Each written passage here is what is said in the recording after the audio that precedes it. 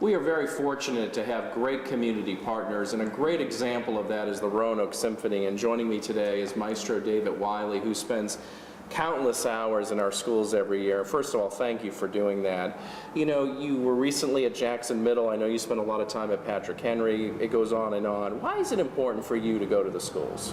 Well, when I think back to some of my early experiences and having an opportunity to work with a professional conductor as a youngster growing up in Boston, makes me redouble my efforts to partner with the schools. First of all, I love it. I love to see the talented kids. It's amazing what they can accomplish when they are given the opportunity to be creative and express themselves. It helps their learning, helps their test scores. And Dr. Bishop with the city schools has been an amazing partner. She clearly has the vision and commitment to the arts, including music. So we are proud to partner with the schools to make these concerts happen, and I've seen the results firsthand. And when you are with these, I want to call them kids, but students, is there a main message beyond practice, practice, practice, or is it a lot of just fine-tuning? That's a great question. I think it's a lot of different kinds of things. The detail work is important, but the creativity, the ability to listen and collaborate within a larger group is increasingly important in this world as we're looking for developing citizens for the future who are creative members of society. The kind of collaboration you have in a musical ensemble is unique in that respect, that the listening, the nonverbal communication, the being part of something larger than oneself is a great privilege, quite frankly. And I see the kids do that. They rise to the occasion.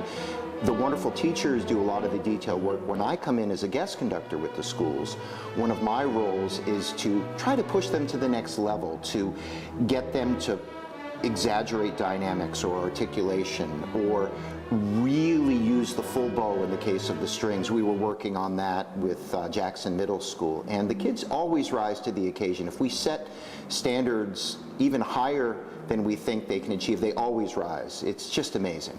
I'm going to put you on the spot a little bit. I'm sure I know you travel all over the country, so you know music programs. Yeah. You know, when you hear that a Patrick Henry Orchestra performs at Carnegie Hall and now Orchestra Hall in Chicago, how are the music programs here in Roanoke City Schools? Are they above everybody else or on par, or how would you characterize it? I've been extremely impressed with the level, and in recent years it's even exceeded my high expectations for that. They're really, really good. I work with schools in New York with, quite frankly, huge budgets, a lot of tax revenue that goes toward that. The citizens have made that clear that they want that. And what these teachers are able to do with what they have is quite remarkable, and it is amazing.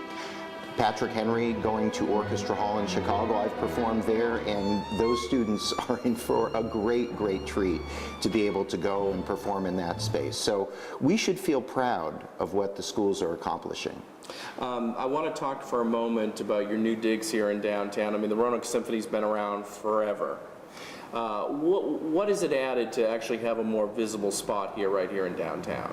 Well, as we were getting ready for our 60th anniversary season, Diamond Anniversary season, we wanted to find a way to connect even more deeply with our larger community in the region. And the new space at 128 East Campbell, where we're sitting right now, the green room as we call it, has been an amazing place for people to come to free events, to make them feel comfortable, that the Roanoke Symphony is accessible, that the musicians, staff, and I are accessible, that this is our region's orchestra, our Roanoke Symphony Orchestra collectively.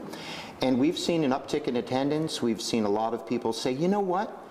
I haven't been to the symphony in a while, or I've never been to the symphony. And so maybe they come to a Pops concert, maybe they come to one of our educational ensemble concerts or a classical program, one of our new destination concerts, 1-hour concerts where you can go have a great evening of music and then go out to dinner afterward.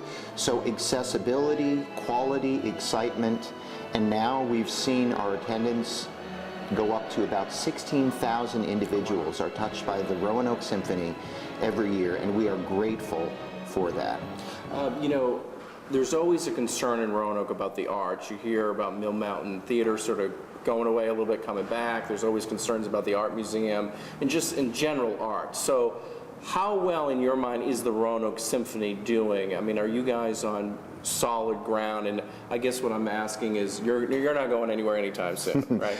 We are on solid ground, and one of the reasons we have an amazingly committed staff, board of directors, executive director, our musicians, and we are facing a lot of the same challenges that a lot of the other arts are as far as dollars and support for what we're doing. But I think we anticipated a lot of the challenges before the recession with really good organizational planning with that, and so we are solid, we are strong, we are growing, and most importantly, we are trying to reach out and find even more collaborative opportunities with the other wonderful arts in our region. As a citizen of Roanoke, I am proud as I travel to tell people about all of the arts that we have here, and the Roanoke Symphony is a vital part of that. And I must say, we're very proud to have you, and thank you again for all that you do for our schools. I'd ask if maybe we'd do a duet before we go, but I haven't touched the saxophone since high school, so we'll leave it at that. That's right. We'll leave it for Bill Clinton and Arsenio Hall. Exactly. For there that. you go. Thank you, Justin. Okay. A pleasure. All right, and we'll be right back.